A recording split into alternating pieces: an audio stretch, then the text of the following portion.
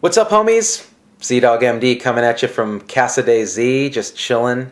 Another day off, on call last night. I'm calling this kind of style ZDogg Unplugged, which is a step up from my last idea, which was ICU Unplugged. A lot of alarms, a lot of frantic people, a lot of legal stuff. The thing is, though, I think I was on the right track because medical drama today is just complete crap, okay? Grey's Anatomy, I'm just going to tell you, the medical stuff is right on, okay? But the sex, it just doesn't happen, okay? I mean, okay, never mind. Maybe it just didn't happen for me. What they ought to do is they ought to have shows that are accurate medically that are also uproariously hilarious.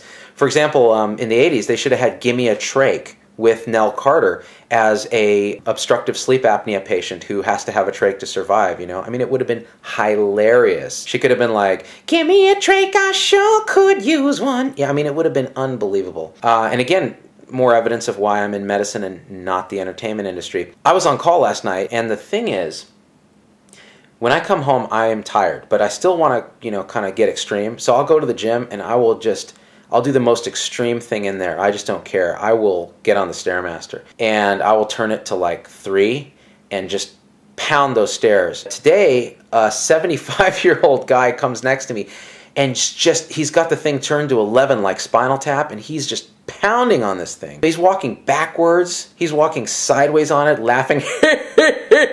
Look at you. You're dripping sweat into the gears and rusting them and stuff. Good.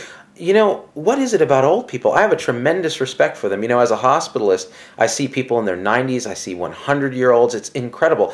What I do, though, that people don't realize and the nurses don't realize, a lot of times I'll order extra blood tests and I'll intercept the lab technician, grab a couple vials of blood, I bring them home, and I just have this kind of evil elixir that I'm brewing over years, like a voodoo potion. One day I'm hoping just to guzzle the whole thing and just, you know, like He-Man, just, I have the power, and it'd have all this old person power.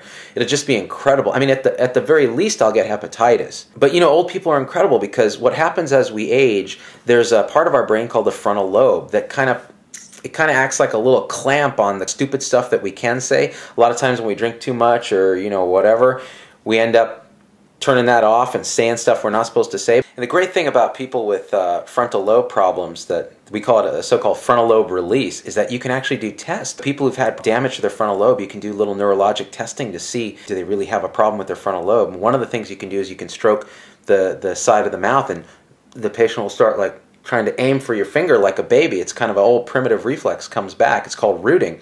Or you could tap on the head here, and most people will stop blinking, but people with frontal lobe release will keep blinking like this. And you know, the other thing is called the snout sign. You can scratch on the upper lip, and they'll kind of do this. It's pretty awesome. So what I used to do when I was in medical school, when I learned these things, I wanted to make sure that if I was on a date, which was almost never, and it was usually with a relative, you could, you know, over dinner, you could kind of see, is this person really kind of crazy or not? Are they going to be on the up and up? You can go, hey, you know, is that something on your lip there? You know, let me just get, if they start doing that, you know, it's just like, check please. But old people kind of have a natural, the parking brake on the frontal lobe is kind of naturally released, and they say crazy stuff, and that's what I love. Now, young people, on the other hand, I can't abide. I'm noticing as I get older, I'm Generation X, my homies coming up are the millennials. These guys are really something else. I mean, they grew up never not knowing the internet. It's just incredible. They're really good with the little tick, tick, tick, tick, tick, tick. The problem is when they become interns, and you know, now they're 10 years behind me, and so I supervise these guys. It's incredible, you know, the kind of stuff they'll do in the chart. It's like patient with newly diagnosed breast cancer. OMG. I mean, OMG in the chart, man? Come on. I mean, LOL is one thing. It's insanity. I mean, WTF.